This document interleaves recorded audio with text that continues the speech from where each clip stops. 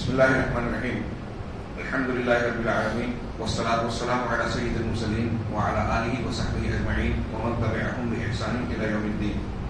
أعوذ بالله من الشيطان الرجيم. بسم الله الرحمن الرحيم.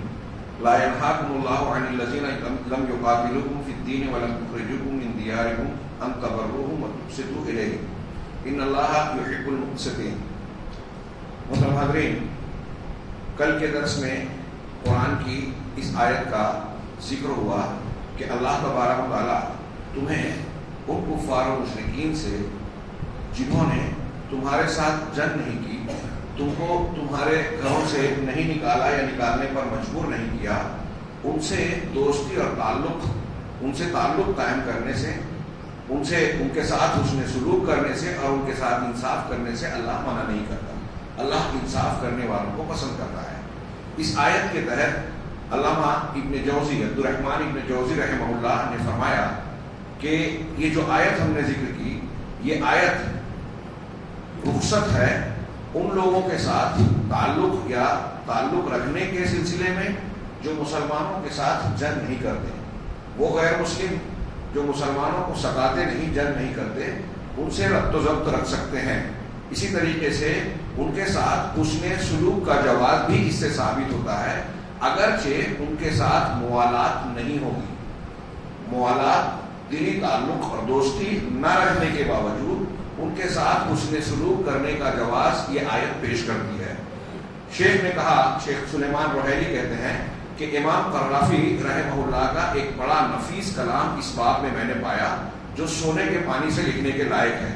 وہ کہتے ہیں کہ نبرہم بکل ممرد لا یکون ظاہرہ یدل علی مودات القلوب، کہ ہم کفار و مشرکین کے ساتھ حسن سلوک کریں گے ہر اس بات اور معاملے میں جس کا ظاہر یہ دلالت نہ کرے کہ دلوں میں محبتیں ہیں۔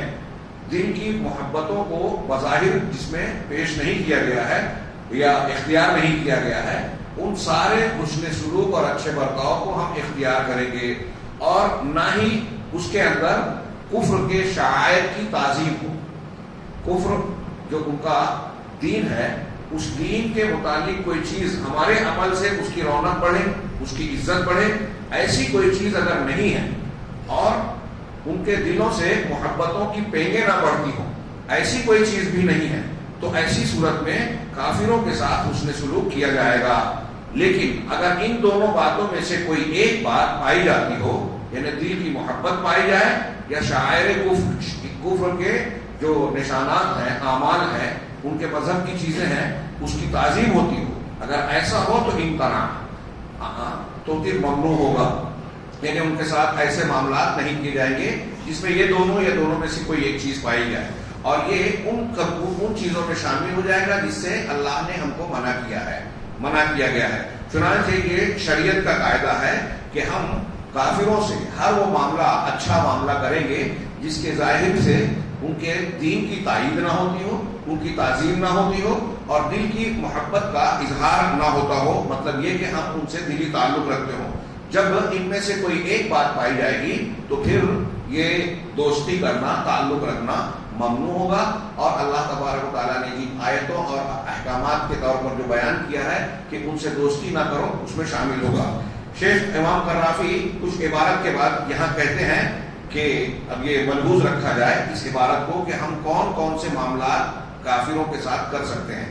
وہ کہتے ہیں کہ جو چیز ان کے حسن سلوک میں کے حکم میں شامل ہے، بغیر باطنی محبت کے، دل میں محبت رکھے بغیر کفار و مشرکین سے جو حسن سلوک ہم کر سکتے ہیں وہ کیا ہے؟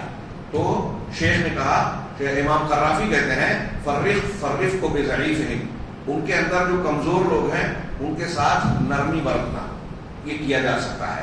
وسط خلت فقیر ہے، اسی طریقے سے ان میں جو فقیر ہے اس کی ضرورت کو پورا کیا جا سکتا ہے۔ وَإِطْعَامُ جَائِعِهِمْ، ان میں جو بھوکا ہے ان کو کھانا کھلایا جا سکتا ہے۔ وَإِكْسَاءُ عَارِيهِمْ، ان میں جو ننگا ہے، برہنہ ہے، اس کو کپڑا پہنایا جا سکتا ہے۔ وَلِينُ الْقَوْلِ لَهُمْ عَلَى سَبِيلِ اللُّطْفِ لَهُمْ وَالرَّحْمَةِ، کہہ رہے ہیں کہ لطف اور رحمت، مہربانی اور شفقت کے طور پر ان کے ساتھ نرم گفتگو بھی کی جا سکتی ہے۔ لا علی الخوف والذلہ، خوف اور ذلت کی وجہ سے نہیں کہ ہم دب کر ڈر کر ان سے نرمی سے بات کریں، نہیں بلکہ رحمت اور ملائمت کے طور پر، لطف و کرم کے طور پر. اسی طریقے سے اگر کوئی کافر پڑوس میں ہے اور وہ تکلیف دے رہا ہے اور ہم اس کے بدلے پر، اس کو بدلہ دینے پر، بدلہ لینے پر قدرت رکھتے ہوئے محض اس پر لطف کر کے اس کو معاف کر دیتے ہیں، نرم سلوک کرتے ہیں، اس سے ڈر کر اور اس کی تعظیم کر کے نہیں.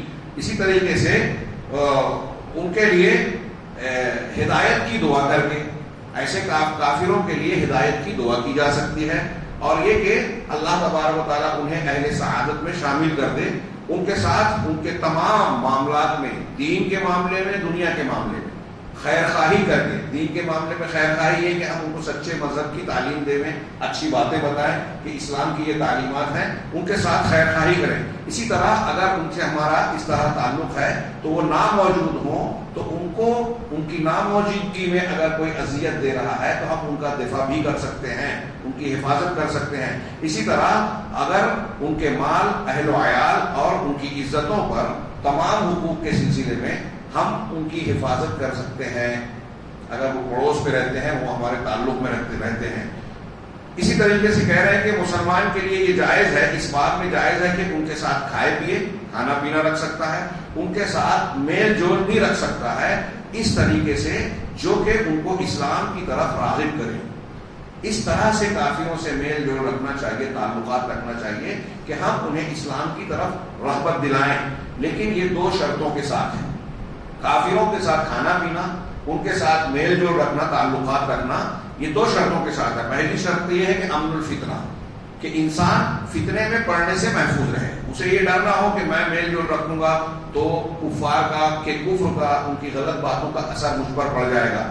اور یہ کہ خود مخالف میل جول رکھنے والا انسان اپنے نفس پر بھی فتنے سے محفوظ ہو، یعنی اپنے بارے میں بھی اور اپنے اہل و عیال یا دینی معاملات میں کہ میری وجہ سے مسلمانوں کو کچھ نقصان پہنچے، وہ میرا کوئی راز لے لے، ایسی چیزوں سے محفوظ رہنے کی شرط کے ساتھ میل جول رکھا جائے گا، کھانا پینا رکھا جائے گا. دوسری شرط یہ ہے کہ ان سے مودت اور محبت، دلی تعلق جو ایک مومن کا مومن سے ہوتا ہے ویسا تعلق ان سے نہیں ہوگا. لجنہ دائمہ بحوث علمیہ اور افتاء کی، سعودی عرب کی علماء کی کمیٹی اس سلسلے میں فتویٰ دیتی ہے کہ تمہارے لیے تمہارا نصرانی دوست اور ساتھی اگر تمہیں کوئی کھانا پیش کرتا ہے، کھانے پینے کی چیز پیش کرتا ہے، تو تمہارے لیے وہ کھانا جائز ہے. ایک مسلمان بچہ کسی کالج اسکول میں پڑھ رہا ہے، اس کا کوئی ساتھی ہے، نصرانی ہے، غیر مسلم ہے، اب وہ دوست اس کا کھانے پینے کی چیز پیش کر رہا ہے، تو کہہ رہے ہیں کہ یہ جائز ہے، چاہے وہ اپنے گھر میں اس کی دعوت دے یا کسی اور مقام پر ان کو کھانا پیش کرتا ہے. جب تمہارے نزدیک یہ بات ثابت ہو، یہ شرط ہے کہ وہ چیز جو پیش کر رہا ہے وہ فی نفسہ ہی حرام نہیں ہے یا اس کی حالت نامعلوم ہو. یعنی کچھ چیزیں ایسی ہوتی ہیں جیسے اہل کتاب کا ذبیحہ حلال ہے، ہاں، تو ظاہر میں ہم یہ تسلیم کرتے ہیں کہ اللہ کا نام لے کے ذبح کیا ہوگا، غیر اللہ کے نام سے نہیں. اگر نہیں معلوم ہے غیر اللہ کے نام لیا گیا ہے اور ہم نے کھا لیا یہ سمجھ کر کہ اللہ کے نام سے ذبح کیا ہوگا تو کوئی حرج نہیں ہے. علم ہو جائے تو پھر نہیں کھا سکتے، ہاں، اس لیے کہ اس سلسلے میں جواز اصل ہے، یہاں تک کہ منع کی کوئی دلیل آ جائے. انہیں جائز ہونا اصل ہے. کافر دوست سے، تعلق والے سے، پڑوسی سے کھانا پینا لیا جا سکتا ہے. یہ لجنہ دائمہ کا فتویٰ ہے. چنانچہ کسی کافر، ایسا کافر جس سے ہماری جنگ نہیں ہے، اس سے اس کے ساتھ کھانا یا اس کا کھانا پیش کیا ہوا استعمال کرنا، ہاں، یہ دونوں جائز ہے، الا یہ کہ جب یہ ثابت ہو جائے کہ وہ حرام چیز ہے، سور کا گوشت پیش کر رہا ہے، نشے کی چیز پیش کر رہا ہے، یا ایسی کوئی چیز جو غلط ذبیحے کی بجائے جھٹکے کا گوشت ہے، تو ایسی صورت میں یہ ثابت ہو گیا کہ یہ ناجائز ہے، ہم نہیں کھا سکتے. اسی باب میں یہ بھی ہے کہ ان سے ان کی زیارت کرنا، ان سے میل جول رکھنا یہ جائز ہے. کافروں کو اپنے گھر میں جن سے تعلق ہے ان کو زیارت کے لیے بلانا، اپنے گھر میں دعوت دینا، یہ بھی جائز ہے، لیکن جیسا کہ ہم نے کہا اس شرط کے ساتھ کہ فتنے کا ڈر نہ ہو اور محبت نہ کی جائے، دلی تعلق نہ رکھا جائے. لجنہ دائمہ اس سلسلے میں فتویٰ دیتا ہے کہ یجوز، جائز ہے کہ ہم ان کو اپنے گھروں میں اپنی زیارت کے لیے، ملاقات کے لیے اجازت دیں. یہ بہت اہم چیزیں ہیں. یہ جو تفصیل تھوڑی سی شیخ بیان کر رہے ہیں یہ تفصیلات لوگ نہیں جانتے. جیسا کہ میں نے کل کے درس میں کہا کہ کچھ نوجوان جذباتی جوشیلے کفار سے عدم تعلق کا مطلب یہ سمجھتے ہیں کہ ہر کافر سے رشتہ کاٹ دیا جائے, ان سے میل جول نہ رکھا جائے, ان سے کسی بھی قسم کا لین دین اور تعلق نہ کیا جائے. تو یہ تفصیلات بتاتی ہیں کہ کیا حدود ہیں شریعت میں. محبت نہ رکھی جائے, فتنے سے محفوظ رکھنے کے ساتھ ان سے ربط ضبط رکھا جا سکتا ہے. چنانچہ یہ کہہ رہے ہیں کہ ہمارے گھروں میں ان کو زیارت کے لیے بلایا جا سکتا ہے, لیکن فتنے سے محفوظ رکھتے ہوئے اور اپنے گھر کی عزت کے حفاظت کے شرط کے ساتھ کہ ان کے آنے سے ہمارے گھر کی عزت خطرے میں نہ پڑے. جب تک کہ اس سلسلے میں لجنہ دائمہ کا یہ فتویٰ ہے, علماء کی کمیٹی بول رہی ہے کہ اس سلسلے میں ان کے دلوں کی تعریف مقصود ہو, ان کے ساتھ خیر خواہی اور ان کی رہنمائی کرنا مقصود ہو سکتا ہے کہ وہ اس حسن معاملہ میں اور زیارت کے آداب کو جو آپ کے پاس دیکھیں گے تو اس میں وہ اسلام کی اچھائی اور اس کی سماحت, نرمی اور رواداری کا مشاہدہ کریں, اور ہو سکتا ہے کہ وہ نصیحت قبول کر کے اسلام میں داخل ہو جائیں. آپ جب حسن سلوک کرو گے, اس طرح کا برتاؤ, ہم دعوت دینے والی قوم ہیں, تو ایک دم سے اگر کافروں سے ہم کٹ گئے تو دعوت کی حجت کون پوری کرے گا؟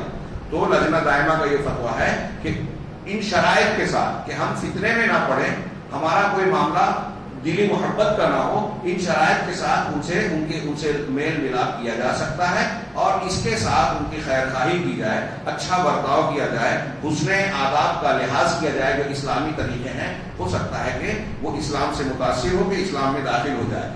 اس ضمن میں شیخ نے کچھ دلیلوں کے طور پر بعض چیزوں کو ذکر کیا.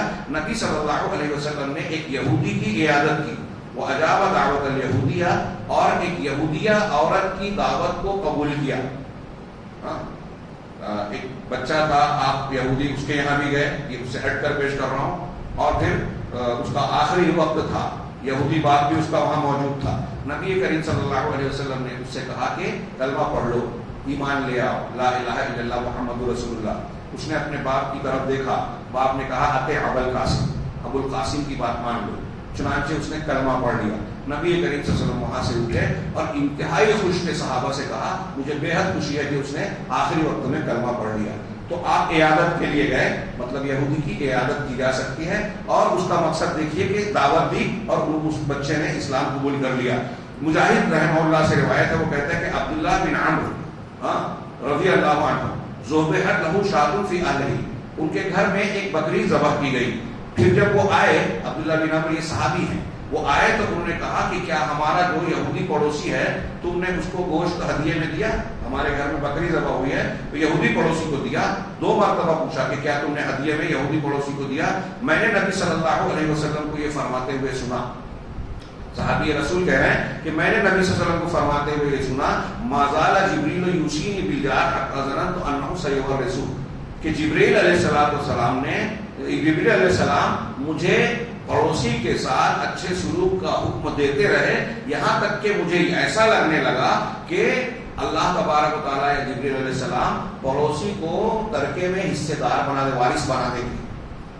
پڑوسی کا اتنا خیال رکھنے کے لیے بار بار کہا حضرت جبریل نے کہ مجھے ایسا لگنے لگا کہ اسے وارث بنا دیں گے. یہ ابو داؤد اور ترمذی وغیرہ کی روایت ہے, جس کو علامہ البانی نے صحیح سنن ترمذی میں صحیح کہا ہے.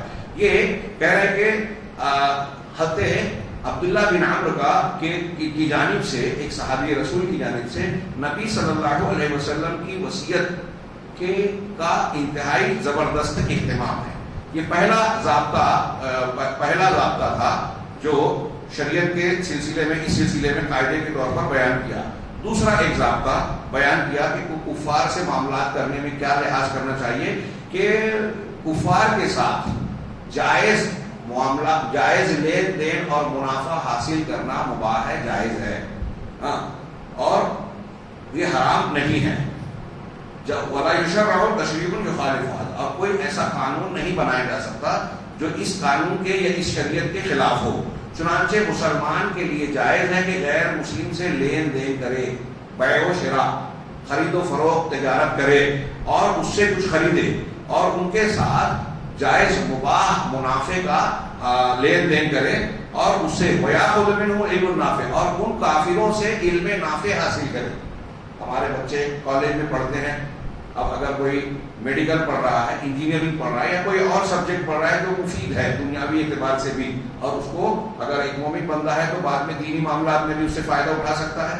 تو اب اگر غیر مسلم ٹیچر ہے، استاد ہے وہاں جو انجینئرنگ سکھا رہا ہے، کمپیوٹر سکھا رہا ہے، آئی ٹی کا ٹیچر ہے، میڈیکل سکھا رہا ہے، تو اس سے سیکھا جا سکتا ہے طب وغیرہ، اور پھر اس کے ذریعے سے وہ طبابت کر سکتا ہے. امام بخاری نے اپنی صحیح میں یہ باب باندھا، عنوان قائم کیا، باب الشراء والبیع مع المشرکین و اہل الارض. کہہ رہے ہیں کہ مشرکین کے ساتھ خرید و فروخت اور اہل جنگ کے ساتھ خرید و فروخت کا باب. اور پھر روایت نقل کی کہ عبد الرحمن بن ابی بکر سے روایت کی، وہ کہتے ہیں کہ ہم نبی صلی اللہ علیہ وسلم کے ساتھ تھے کہ ایک آدمی جو بڑا طویل اور مطلب صحت مند آدمی تھا، وہ کچھ بکریاں لے کر آیا، بکریوں کو ہانکتے ہوئے.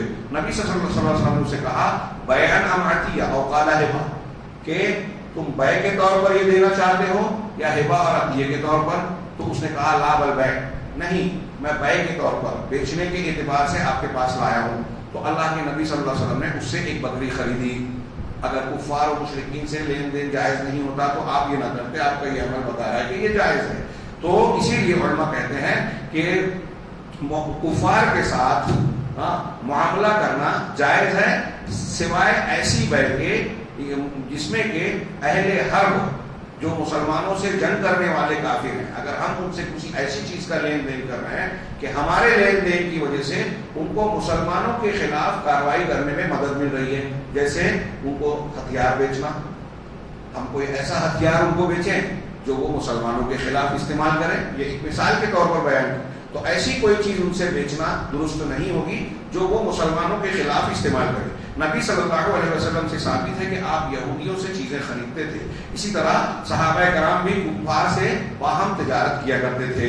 تیسرا ضابطہ مسلمان کے لیے جائز ہے کہ وہ کافر کے لیے، یہ بہت اہم ہے.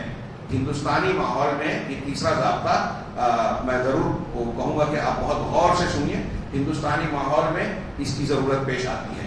کہہ رہے ہیں کہ مسلمان کے لیے جائز ہے کہ وہ کافروں کے لیے ضرورت کے وقت ولایت کا اظہار کرے، دل میں اس کے خلاف جذبہ رکھنے کے ساتھ، دل میں اس کے خلاف، یعنی ظاہر میں اس سے ولایت اور محبت کا مظاہرہ کرے، رہا دل تو دل میں جیسا کفار و مشرکین سے جذبہ رکھنے کے لیے کہا گیا ہے وہی جذبہ رکھے، ان سے بغض اور ان سے علیحدگی. اس لیے وذالک، اس لیے کہ اللہ عز و جل نے اس شخص کو کلمہ کفر کہنے کی، زبان سے کہنے کی اجازت دی ہے جو مجبور کیا جائے کہ وہ دل کے اطمینان کے ساتھ، دل میں ایمان کے اطمینان کے ساتھ زبان سے کلمہ کفر کہہ سکتا ہے. الا من اکرہ وقلبہ مطمئن بالایمان، سوائے اس کے جو مجبور کیا جائے، اس پر زور زبردستی کی جائے تو وہ کلمہ کفر کہہ سکتا ہے لیکن اس کا دل ایمان پر مطمئن ہو. حضرت عمار بن یاسر رضی اللہ تعالیٰ عنہ کو لوگوں نے، کفار مکہ نے بہت ستایا، بڑی تکلیف دی، تو آخر میں کہا کہ ہم اس وقت چھوڑیں گے جب تم محمد صلی اللہ علیہ وسلم کو برا بھلا کہو. انہوں نے اللہ کے نبی صلی اللہ علیہ وسلم کی شان میں کچھ برے الفاظ جملے کہہ دیے اور کفار نے چھوڑ دیا.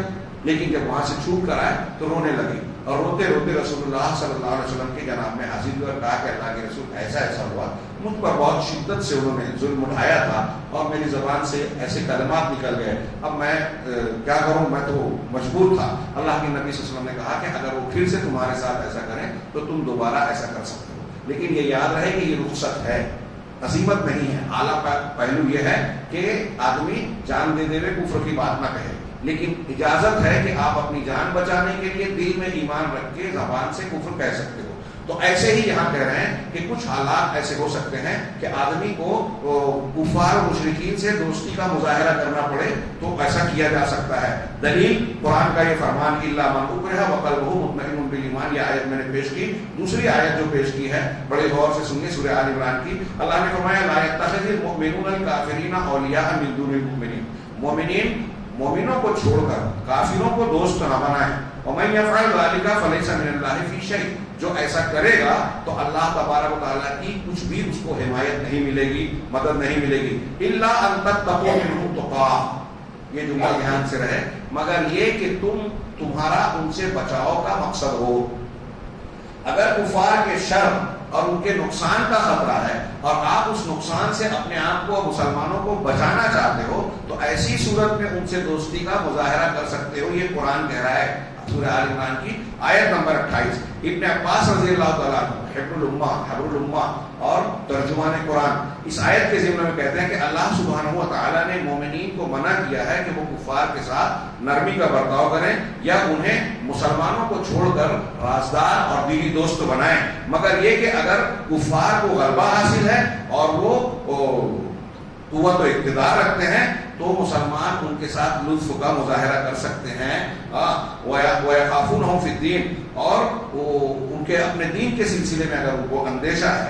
یہی معنی ہے اللہ کے اس فرمان کا وَإِلَّا أَن تَتَّقُوا مِنْهُمْ تُقَاتٍ کہ تم کو اگر اپنا بچاؤ مقصود ہو. علامہ ابن جریر مفسر قرآن کہتے ہیں کہ إِلَّا أَن تَكُونُوا فِي سُلْطَانِهِمْ الا یہ کہ تم ان کے حکومت میں ان کے اقتدار کے ماتحت ہو اور تمہیں اپنے نفسوں کا ڈر ہے کہ اگر ہم ان کی مخالفت کریں گے تو ہماری جان جائے گی، نقصان پہنچے گا. تو ایسی صورت میں فَتُظْهِرُوا لَهُمُ الْوِلَایَةَ بِأَلْسِنَتِكُمْ تو تم اپنی زبان سے ان سے ولایت اور دوستی کا مظاہرہ کر سکتے ہو. وَتُظْهِرُوا لَهُمُ الْعَدَاوَةَ اور اپنے دل میں ان سے عداوت رکھ سکتے ہو لیکن ان کے کفر کے معاملات میں ان کی مدد نہیں کر سکتے. علامہ ابن کثیر رحمہ اللہ إِلَّا أَن تَتَّقُوا مِنْهُمْ تُقَاتًا قرآن کے اس جملے کی تشریح کرتے ہیں کہ سوائے ان لوگوں کے ایسا مسلمان جو بعض ملکوں میں اور بعض اوقات میں کفار کے شر کے خطرے میں ہے تو اس کے لیے جائز ہے کہ وہ اپنے ظاہری عمل سے اپنا بچاؤ کرے نہ کہ اپنے باطن اور نیت سے. دیکھیے ہندوستان میں ایسے کئی مواقع آتے ہیں، کئی مقامات پر ہمارے یہاں لوگ سوال کرتے ہیں کہ یہ منع ہے تو ہم کو کبھی کبھی ایسے حالات پیش آ جاتے ہیں کہ یہ کرنا پڑتا ہے وہ کرنا پڑتا ہے. تو کفر کا ارتکاب نہیں کر سکتے آپ. اگر ضرورت پڑتی ہے تو مصلحت کے تحت نقصان سے بچنے کے لیے جو ہے ظاہر میں دوستی کا مظاہرہ کر سکتے ہیں. جیسا کہ امام بخاری حضرت ابو دردہ سے روایت کرتے ہیں، وہ کہتے ہیں کہ ہم کچھ لوگوں کے سامنے ہنستے ہیں، اچھا چہرے کا مظاہرہ کرتے ہیں لیکن ہمارا چہرہ حقیقت میں ان کو لعنت کرتا ہے. یعنی ہم کچھ لوگوں کے سامنے جو ہے ہنستے کھیلتے ہیں، خوش مزاجی کا مظاہرہ کرتے ہیں لیکن ہمارے چہرے نہیں، ہمارے دل ان کو لعنت کرتے ہیں. چنانچہ مسلمانوں کے لیے جائز ہے کہ جب وہ مجبور ہو جائیں تو کفار کے سامنے دوستی کا مظاہرہ کر سکتے ہیں لیکن ایسی صورت میں دل میں وہی جذبہ ہونا چاہیے جو قرآن و حدیث نے کہا ہے.